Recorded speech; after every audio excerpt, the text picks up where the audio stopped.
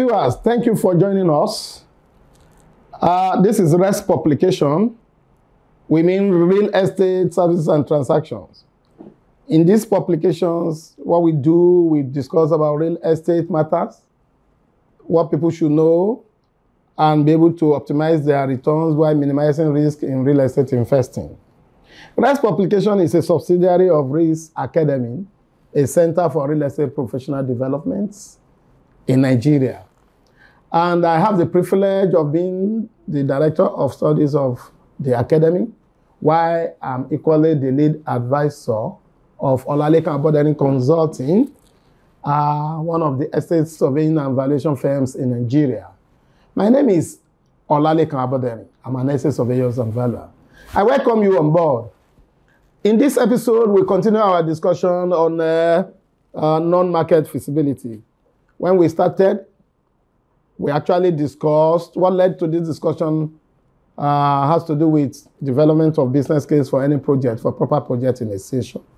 And we have discussed about the importance of appraisal in project business case.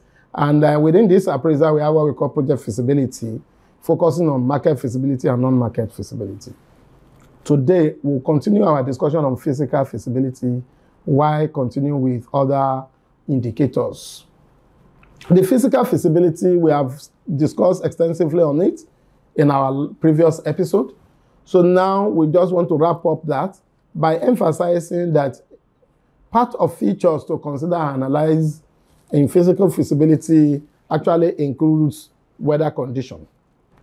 And it equally includes fertility of soil. Even the nature of the groundwater, chemical composition of the soil, the water table, and so on and so forth. All these, however, will affect agricultural projects, not residential or commercial projects. The weather condition, the nature of the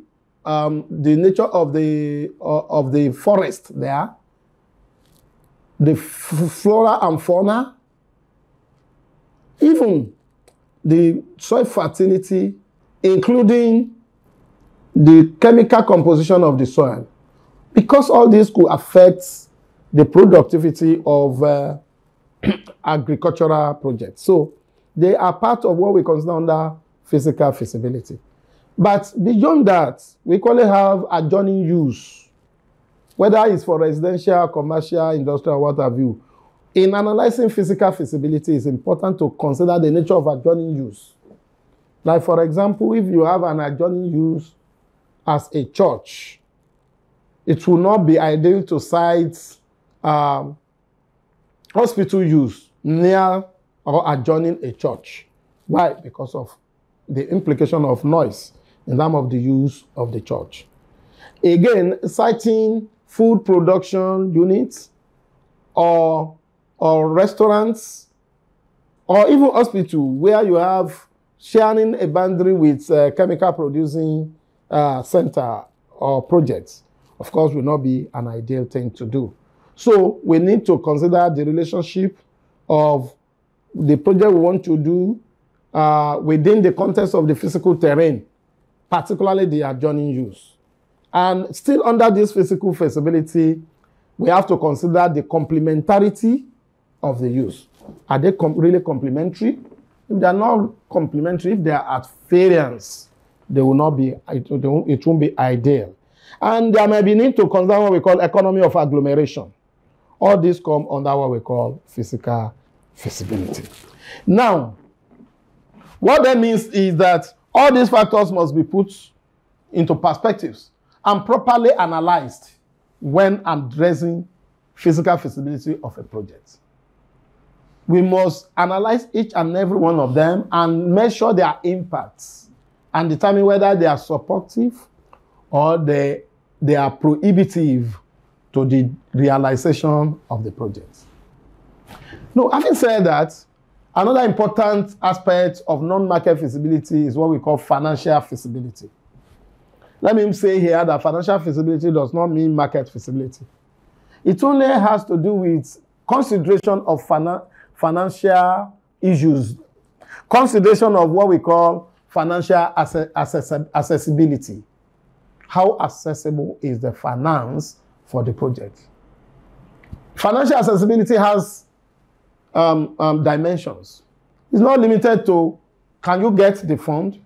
Yes, it measures how available, the availability of the fund to do the project. Whether it's going to be a debt capital funding or an equity capital, or it's going to be funded with combination of the two, or any model of all these variants. So financial accessibility has to be analyzed. If there is no financial accessibility, then it's not financially feasible. So part of the dimensions in financial accessibility is the availability. Can the fund be available as and when it will be required? Whether it's of debt funding or equity funding.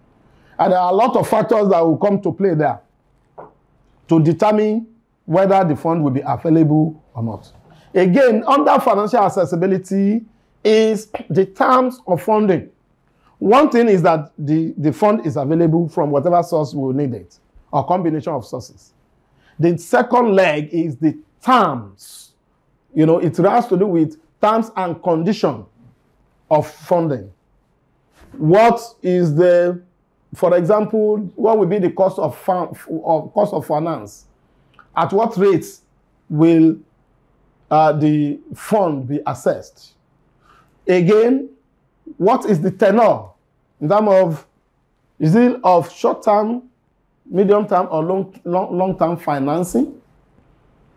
And all these, including what are the conditions of assessing this fund? Condition of assessing in terms of what other requirements do they need before your application can be granted, or before you can be eligible to assess the fund. It might be in terms of collateral, for example. It might be in terms of guarantors. It might be in terms of your balance sheets. You know, it might be in terms of technical pre-qualification of you as investor. Now, this financial feasibility is very, very important, because without financial feasibility, of course, you cannot achieve the projects. So we are saying that for financial feasibility here, you must, from whatever source, it must be that funding the project is feasible and based on terms and conditions that are friendly to the project delivery. I give you an example in this case. We appraised a project for an investor, and it's to be funded with debt capital. And part of what they do, they were to allow, I think, 3 months moratorium, after which they expect repayments with interest. Of course, during 3 months does not mean that it's interest-free, but it's only that they don't expect repayment within that moratorium period. And that is supposed to be for 1 year. And whereas the project is such that even within that 3 months, it wouldn't have attained a level to start bringing in or attracting payment from subscribers, unless you want to be, you will want to be extraordinarily optimistic. By conforming or complying with the reality in the market and our experiences, the way project behaves, in terms of the timeline for the delivery of the project schedule, the project wouldn't have attained a state that we instill confidence in buyers to start subscribing for the project. It then means that the 3 month moratorium period is not enough. That's part of terms of financing. Again, the repayments, monthly, what is required as monthly amortization is such that it will not be enough. I mean, the project cannot realize that monthly amortization in succession from month to month because of the timeline for the delivery of the project and the cost that is required to do the project. So our analysis was able to show this, that there is going to be gap in funding, and that there is going to be gap in ability or the capacity of the project to amortize starting from the period of after the expiration of the moratorium period. So this, we were able to realize it. And that means that these two conditions hinder what we call financial feasibility of the project. So with those two conditions, then we can say the project is not financially feasible. So what happened then, quickly, was the promoter had to run to the financier, that the bank that they were discussing with, and we were actually invited into a meeting with the bank, and we discussed, they saw all the analysis, and that led them to agree to change the terms and conditions of the project, while the project was now resolved to be done in phases. So that now worked in tandem to with the terms of funding, and then made the project to be financially feasible. So basically, analysis of financial feasibility centers on analysis of fund accessibility, financial accessibility. Can you really realize it? Can it be done? Is it feasible to realize the funding? Is the fund available? Can the project meet and support the terms and conditions of getting the fund? These are things to analyze, and it's, of course, for professionals to do. So, please don't go away. After this short break, I'll be right back to start our discussion on technological feasibility and socio-political feasibility. Thank you.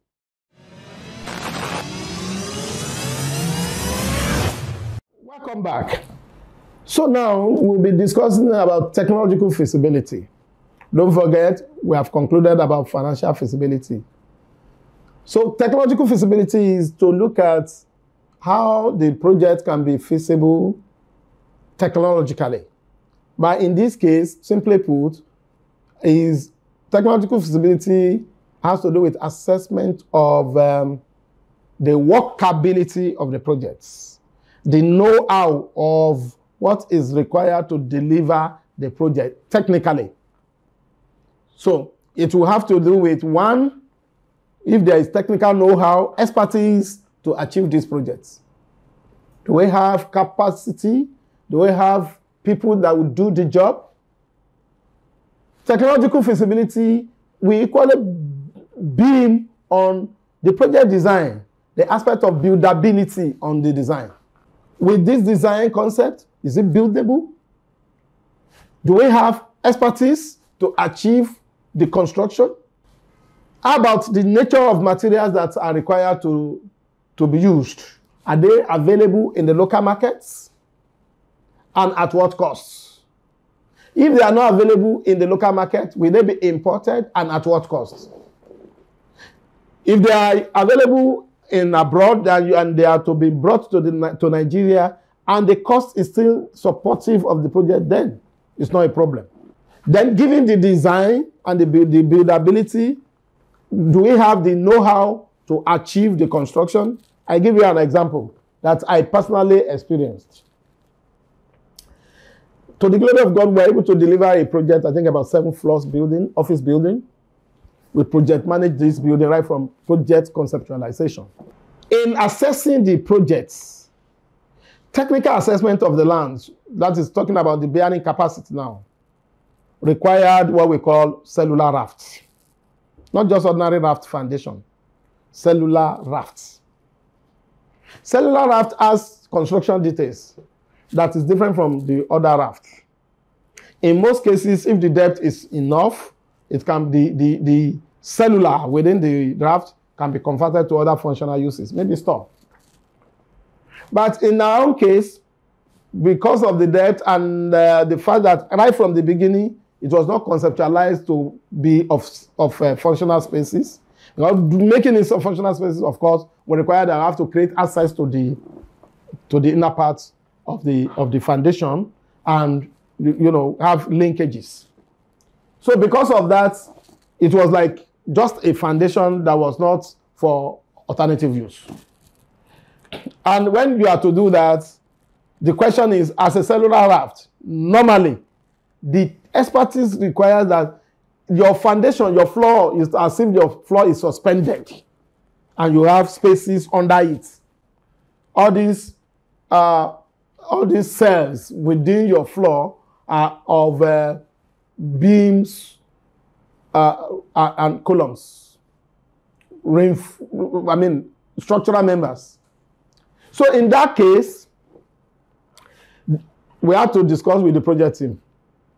And the initial position was, oh, sorry, since we are not using it for anything, we'll backfill, then we'll now do mat on it, and now do the floor. And sorry, because of the little exposure I had, I queried that as the project team leader.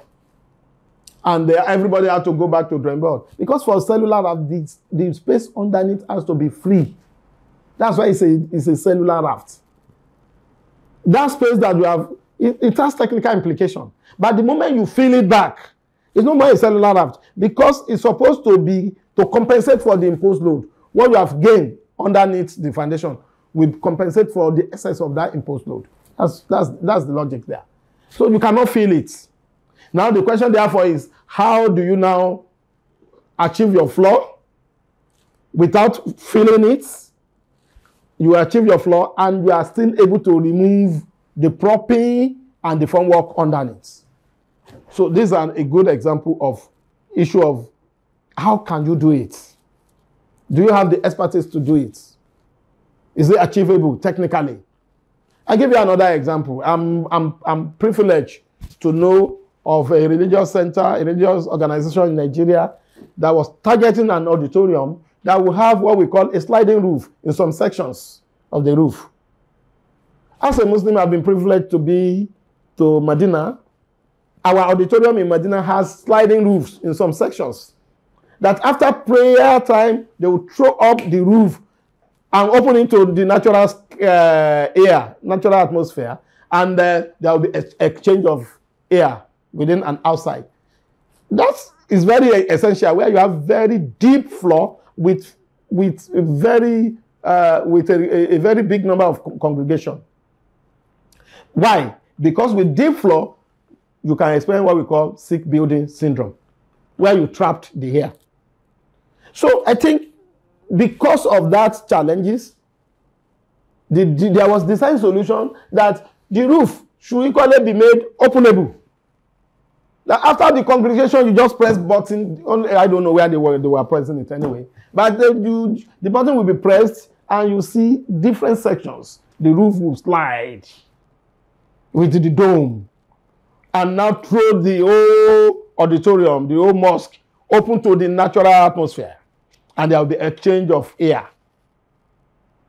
A religious center in Nigeria, a religious organization planned to do that, but I realized that they have changed that concept. What could have led to that changes? Because ordinarily it would have been a very good landmark. What could have led to that changes? What?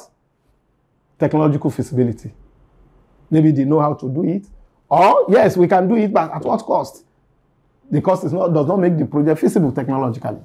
I go to Lekki Cable Bridge. Is it Cable Bridge? Yeah, this one that we have between Lekki and Ikoyi. I don't know, I couldn't substantiate that or establish that, but the story had it before that it was to be a moving bridge. That's the story we had before. When the concept was to be done, they said, no, it's a cable bridge, it should be a moving bridge. So it's going to be a bridge that will be shifting. But today, it's a steel bridge. If that concept, if that story was right, there must have been reasons behind it being a steel bridge and not a moving bridge. Technical know-how. The expertise to do the job. Then apart from the expertise to do the job, equally is the aspect of availability of materials. Aspect of maintenance and maintainability. This design you want to do, is it maintainable? At the end of constructing, yes, it has been constructed. How will maintenance be handled? Question of maintainability will come in. So this again is part of what we call technical or technological feasibility. It's not enough to just construct, to design, and you construct, you build. After building, it's not maintainable. And we say in Africa we lack maintenance culture. The culture to maintain will start from providing design solution. The culture to maintain will start from providing design solution to maintenance, so that there will be access for us to maintain. Maintainability can be measured from that. Access to maintain. apart from ensuring that we have maintenance policies, which will include having budget for maintenance and what have you. So all this come under technological feasibility.